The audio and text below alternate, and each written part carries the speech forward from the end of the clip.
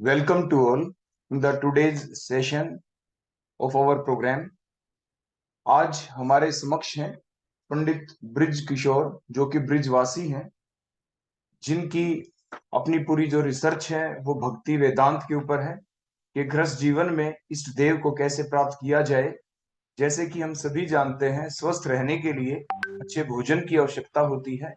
उसी टाइप से हम अपने आप को स्वस्थ भक्ति वेदांत के द्वारा भी रख सकते हैं। तो अब हमें पूरी जो शिक्षा दीक्षा देंगे, तो उसके लिए अब आपके सामने है पंडित ब्रिज किशोर। धन्यवाद पंडित जी कि आपने हमारा शॉर्ट नोटिस के ऊपर, एक सिंपल कॉल के ऊपर आप हमारे पास आए और हमारे इस प्रोग्राम का हिस्सा बने। धन्यवाद। नमस्कार। कहते हैं भक्ति करना तो हर एक कोई चाहता है, लेकिन मायने वो अपने अपने अलग अलग बना लेते हैं।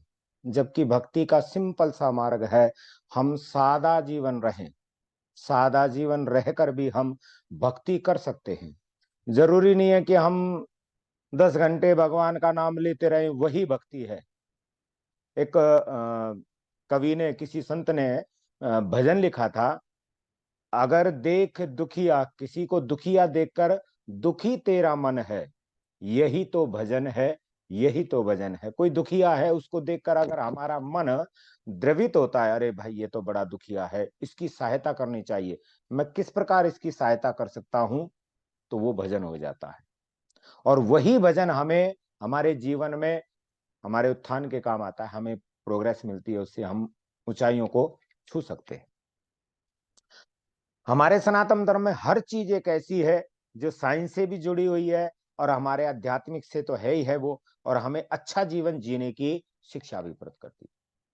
अब आप रविंद्र जी इसी को देख लो, ये एक साधारण सा शंख है, लेकिन हमारे ऋषि मुनि इसको बजाने में इतने सक्षम थे। मैंने अपने जीवन काल में देखा है कि 5-5 मिनट, एक बार तो हमने आध घंटे के लिए इसको बजाते हुए व्यक्ति, एक महात्मा को मैंने खुद देखा अपनी हाथों से, अपनी आंखों से मैंने खुद देखा है। उन महात्मा के चरण स्पर्श करने का भी अवसर मुझे प्राप्त हुआ।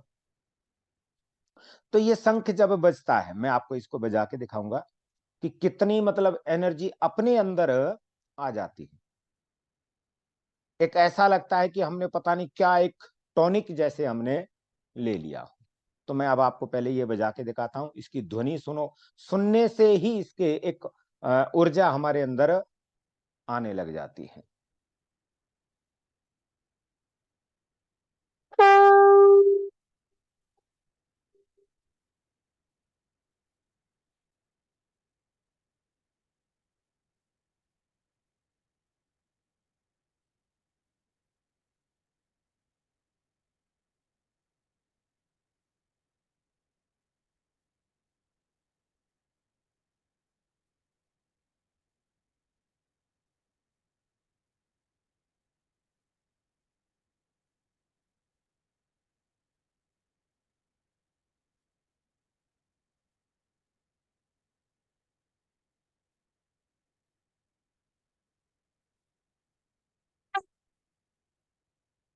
ये इसकी शक्ति है। इतनी देर तो पंडित जी हम सांस भी नहीं रोक सकते। यही तो योग है। हमारे भारत की सबसे अच्छी धरोहर हमारे पास जो है, वो यही योग है, जिसकी ऋषि मुनियों ने हमें शिक्षा दी।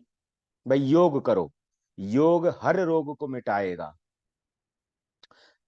अभी अभी हमारा पूरा विश्व ही कोरोना से पीड़ित रहा है, और उसमें जिसने योग को संभाल लिया, जो योग के अधीन हो गया, वो स्वस्थ रहा है। उसे ना तो किसी वैक्सीन की जरूरत पड़ी, ना किसी और दवाई की उसे जरूरत पड़ी।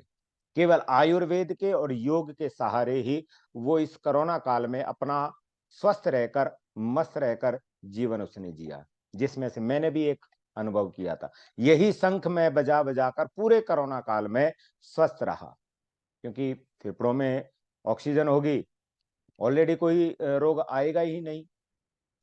तो ये हमारे ऋषि मुनियों ने हमें एक ऐसे दिया है। और साइंस भी कहती है, आपने देखा होगा किसी को टीबी का जो मरीज हो जाता है, तो उसे डॉक्टर एक बलून सा देते हैं, प्लास्टिक की रबड़ सा, भाई इसमें हवा भर, इसको फुला। तो उसका कारण क्या है?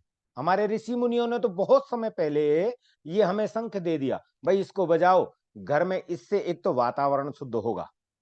ध्वनि जो घंटे की ध्वनि है, घंटे की ध्वनि है, शंख की ध्वनि है, ताली की ध्वनि है, इनसे हमारे घर का वातावरण शुद्ध होता है और हमारे शरीर में ऊर्जा पैदा होती है।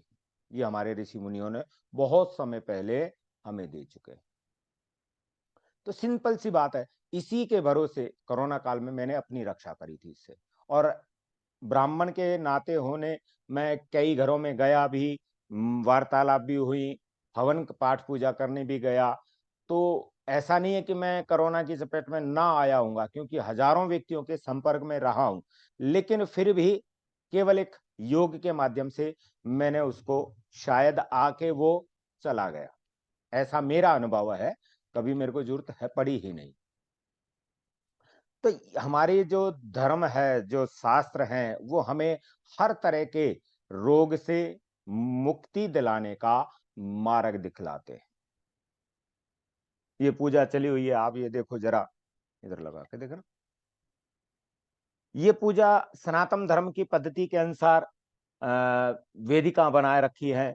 ये कोई साधारण नहीं है।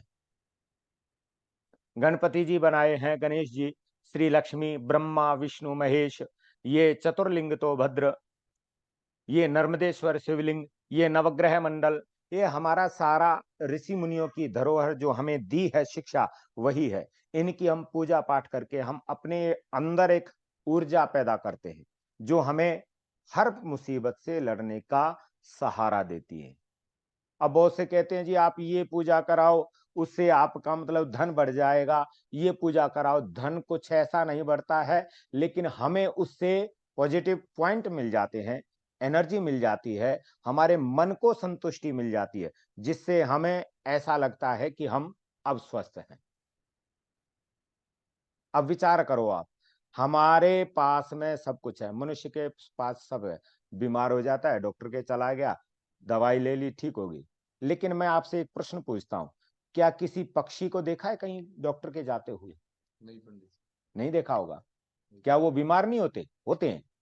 लेकिन उनका नियम है, रात को नहीं खाते वो कभी, संध्या होने से पहले ही अपने घोंसले में आ जाते हैं और विश्राम करते हैं, चहचाना। सुबह जल्दी प्रातः उठते ही अपना भोजन के लिए चले जाते हैं।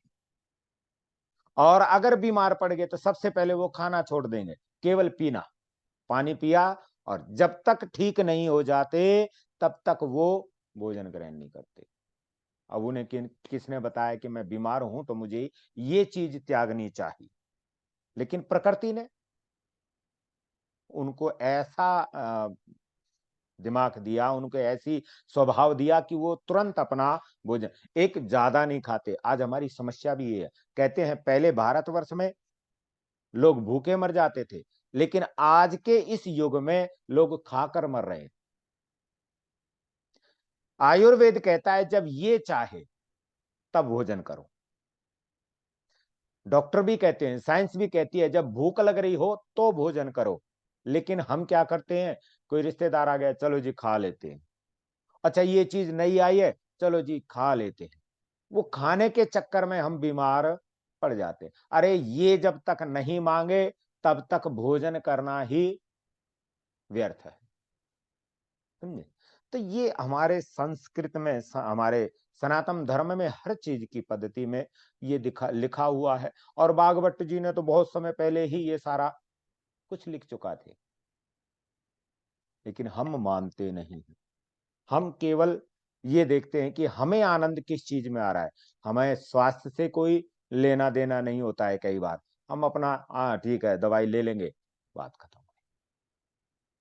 अब जैसे लोग बाग सुबह स्नान करते हैं, बाथरूम में गए, शावर चलाया और उसके नीचे घुस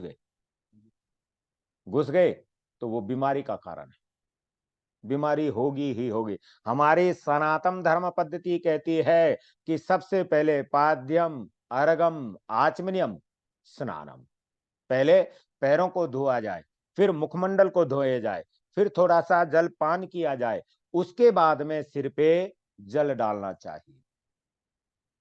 लेकिन हम सीधे गए बाथरूम में, शावर चलाया और नहा लिए। वो बीमारी का घर है, वो बीमारी लाएगा। ये हमारे सनातन धर्म पद्धति हमें सिखाती है कि ऐसे तरीके से अपना जीवन गृहस्थी में रहकर भी आप परमात्मा की ओर जा सकते हो। अपने नियम निभाकर भी परमात्मा को भजन किया जा सकता है। 24 घंटे यज्ञ नहीं करना, 24 घंटे भजन नहीं होता है गृहस्थ में, लेकिन अपने आचार विचार से हम प्रभु की भक्ति कर सकते हैं। ठीक है ना? तो ये हमारे ऋषि मुनियों ने दिया है। हम माने हमारा जीवन सार्थक है, ना माने तो फिर वही है, पुनरपि जननम पुनरपि मरणम पुनरपि जननी जठ देश। हम खाएंगे, बीमार हो जाएंगे, फिर वही जन्म वही मरण, वही चक्कर में हम लगे रहते हैं, जीवन सार्थक नहीं कर पाते। ना तो आयुर्वेद के हिसाब से अगर हम चलें, आयुर्वेद के हिसाब से, तो हमारे तो पास में ऐसी ऐसी चीजें हैं जो रोग कभी, हमारे मेरे बड़े दादाजी थे, दादाजी के बड़े भाई जो थे, वो हमने अपने जीवन काल में उन्हें कभी छींकते हुए नहीं देखा। जल में सर्दी हो गर्मी हो जाकर भजन करते थे, तालाब में जाकर, कमर जितने तालाब में पानी में उतरकर, और जब वो संध्या करते थे। लेकिन उनके आचार विचार आहार ऐसा था कि जो उनका जीवन करीबन 90-95 साल के होके वो उन्होंने शरीर छोड़ा, लेकिन हमने उन्हें अपने जीवन में कभी भी बीमार नहीं देखा। ऐसा जीवन हमें हमारा आयुर्वेद देता है, हमारी संस्कृति देती है, हमारे ऋषि मुनि देते हैं। तो इन्हीं शब्दों के साथ मैं वाणी को विराम दूंगा। नमस्कार। धन्यवाद पंडित जी, आज आपने हमारा बहुत ही अच्छा मार्गदर्शन दिया। धन्यवाद पंडित जी, आज आपने हमें बहुत ही अच्छा मार्गदर्शन दिया, बहुत अच्छी अच्छी बातें बताई। हम आपसे अनुरोध करेंगे कि आप अपनी कुछ और बातें लेके हमारे साथ जुड़ेंगे इसी प्रोग्राम के अंदर। जब आप कहोगे मैं आपके लिए तैयार हूँ, कोई ऐसी बात नहीं, जब आप चाहोगे तब मैं। ठीक है, धन्यवाद पंडित जी।